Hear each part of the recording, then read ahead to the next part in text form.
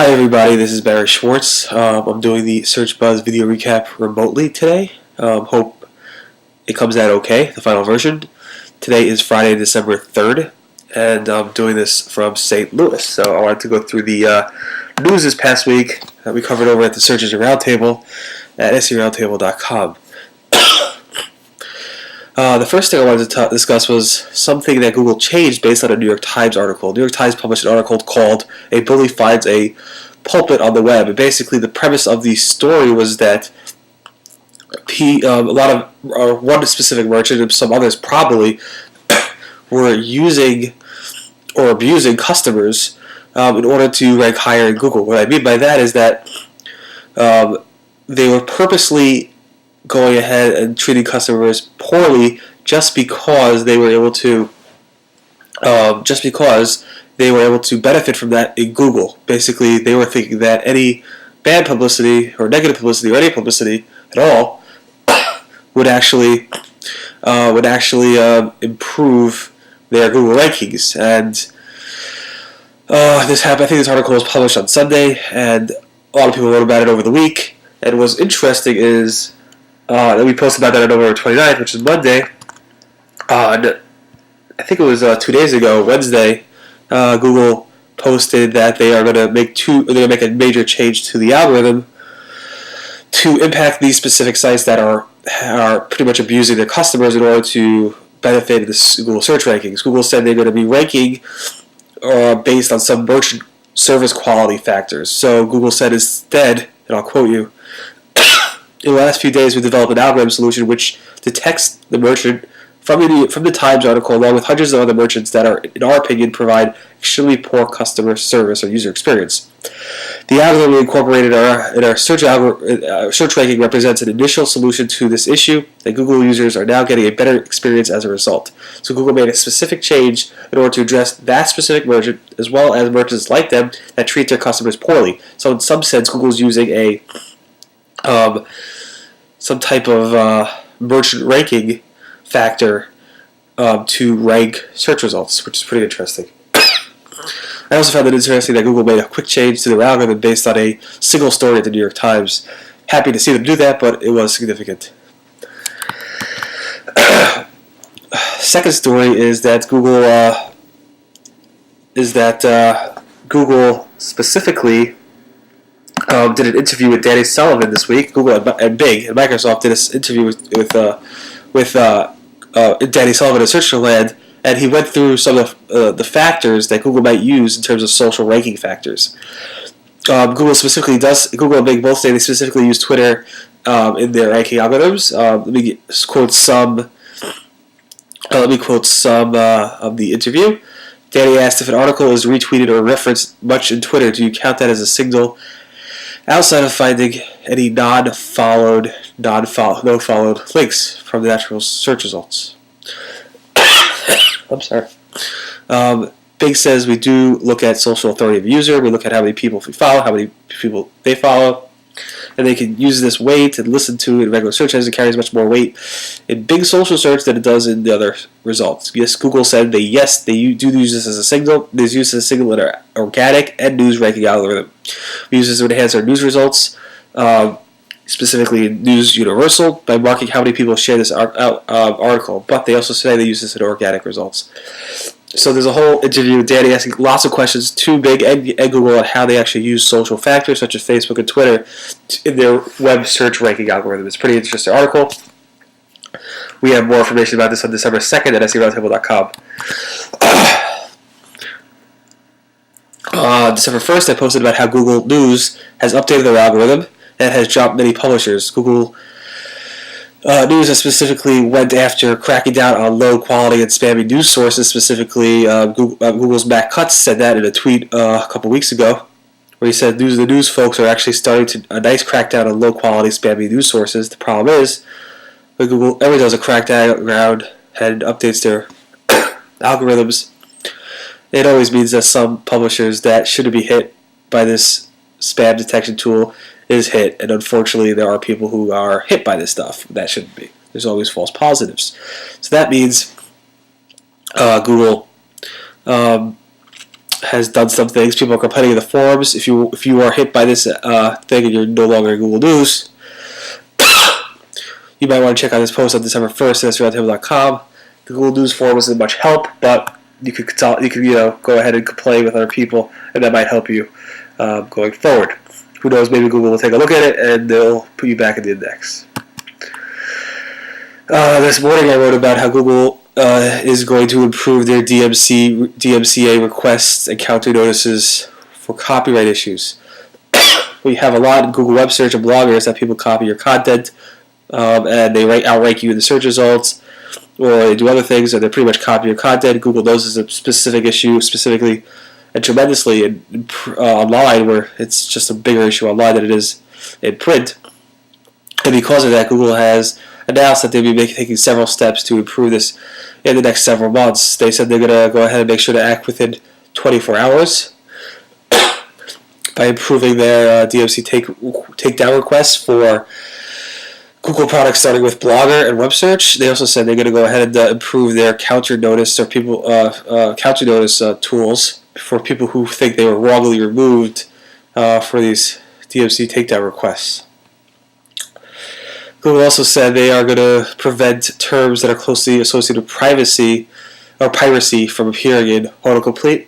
A lot of malware and sharing sites that steal content or steal file sharing stuff sometimes show up in autocomplete, and Google's going to do something to improve that. Google also said they will improve their AdSense anti-piracy review. So a lot of AdSense sites, bloggers specifically, that serve up AdSense are taking advantage of these copyright things, and they're infringing on a lot of people's copyrights, and Google's going to go ahead and build upon that.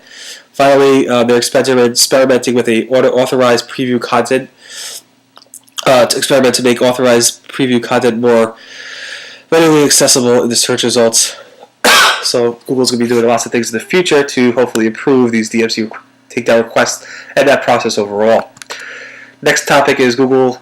I wrote a post about should Google remove Q&A sites from the search results. Aaron Wall's big thing on the past year or so is on Q&A sites and how they're the spam of the year for Google. I'm not sure. There's a lot of borderline stuff out there. It depends on how you define a Q&A site. Aaron Wall specifically upset with Mahalo from Jason. And it was interesting because there was talk at PubCon a few weeks back where Matt Cutts went ahead and talked about this specifically. I think he specifically would like to see a lot of the Q&A sites out of the search results. But we have a poll asking you what you think. Do you want to see the Q&A sites out of the Google search results? It's kind of 50-50. 40% said yes, they do. 48%, 49%, close to 50% said they do not want them out of the search results. Definitely take our poll. It'll be interesting for Matt to see and his team. Sorry, still have this cold.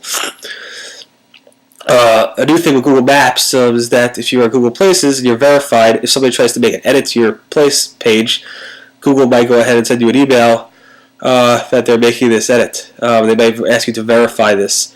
It also happens when Google themselves make an edit to your page. They might ask you to verify that you want this edit to be done. They send you an email saying confirm it or not, and I don't know if it works or not. It's fairly new. We have some more information about this on December 2nd at SERoundtable.com. Google's testing a new type of ad real estate. I'm not sure if it's organic or ad related. It's basically if you do a search for certain keywords, Google might show above the map result on the top right a search is related to box, which then shows you other search related keywords that you might want to go ahead and refine your search. It might be done for ad related reasons, but it might not be. It might be just done for related search reasons. I personally don't see it, but if you want more information and screenshots, November 29th at SERoundtable.com.